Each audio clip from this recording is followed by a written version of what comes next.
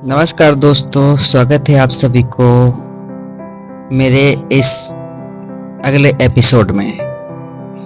तो श्याम बाबू and sex part 3 वो आ गई। अभी हम आपको तीसरा भाग की ओर ले चलते हैं। तो चलिए कहानी को देर न करते हुए शुरू करते हैं उसके आगे की स्टोरी। अब श्याम ने अपनी जेब से रुमाल निकाला और मुंह पर बांधकर चुपचाप पीछे की सीढ़ियों से उतर गया।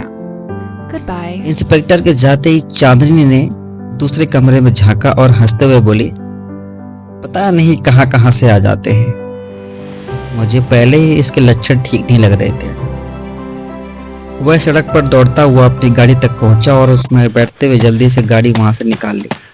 अब एक पेट्रोल पंप के पास गाड़ी रोक दी। यह पेट्रोल पंप उसके घर से ज्यादा दूर नहीं है। उसने गहरी सांस ली, फिर बुझे मन से पेट्रोल डलवाया और पंप के पास की एक दुकान से फ्रूट बियर लेकर वहीं खड़ा हो गया। अभी वह बियर पी ही रहा था कि उसकी नजर एक जाने पहचाने चेहरे पर गई। उस चेहरे ने भी उसे पहचान लिया। वह कोई नहीं बल्कि उसकी कॉलोनी में रहने वाली माधुरी है। माधुरी हाथ में बैग पकड़े उसके पास गई। श्याम, तुम यहाँ? हाँ, पेट्रोल डलवाने आया था, पर तुम? और ये बैग? उसने हैरानी से पूछा। मेरी सहेली पिंकी है ना, वो मनीष के साथ भाग रही है और मैं उसकी मदद कर रही हूँ। Oh my अच्छा, पर क्यों? वहीं घर वालों की फालतू सोच, जात पात, लड़का कमाता क्या है वगैरह वगैरह, उसने मुंह बनाते हुए कहा। पर ये बैग तुम्हारे पास क्यों है?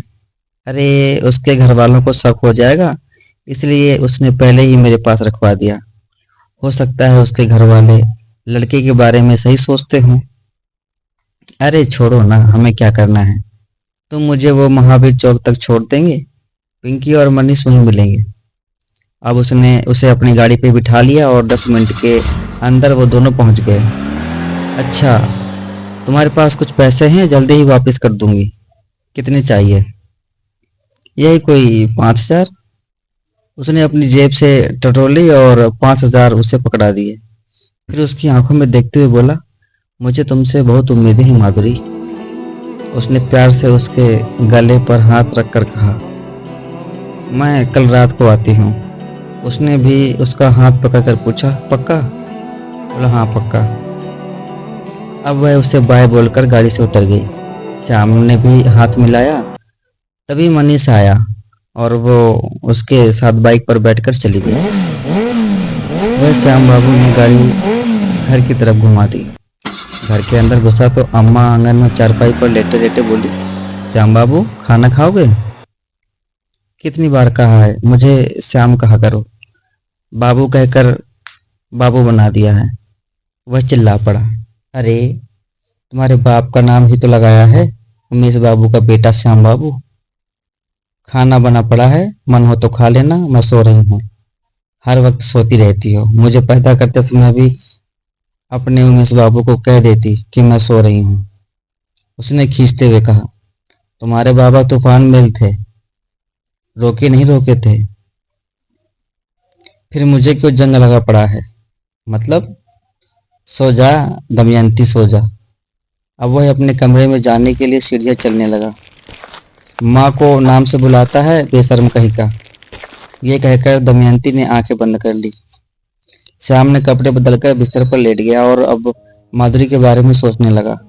उसके ख्यालों में उसका चेहरा आने लगा। एक माधुरी है जो मुझे परम आनंद दे सकती है। उसने मुस्कुराते हुए आंख बंद कर ली। करीब आंधी रात को उसके फोन की घंटी बजी।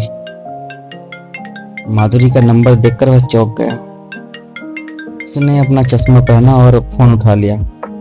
माधुरी? माधुरी, सब ठीक है? मैं तुम्हारे घर के नीचे खड़ी हूँ, दरवाजा खोलो। क्या? वह उठकर बैठ गया। तुम तो कल आने वाली थी ना? बोला, हाँ आज आ गई हूँ, जल्दी आओ वरना वापस चली जाऊंगी। नहीं नहीं नहीं, मैं आता हूँ। माधुरी आ गई, मेरी माधुरी आ गई।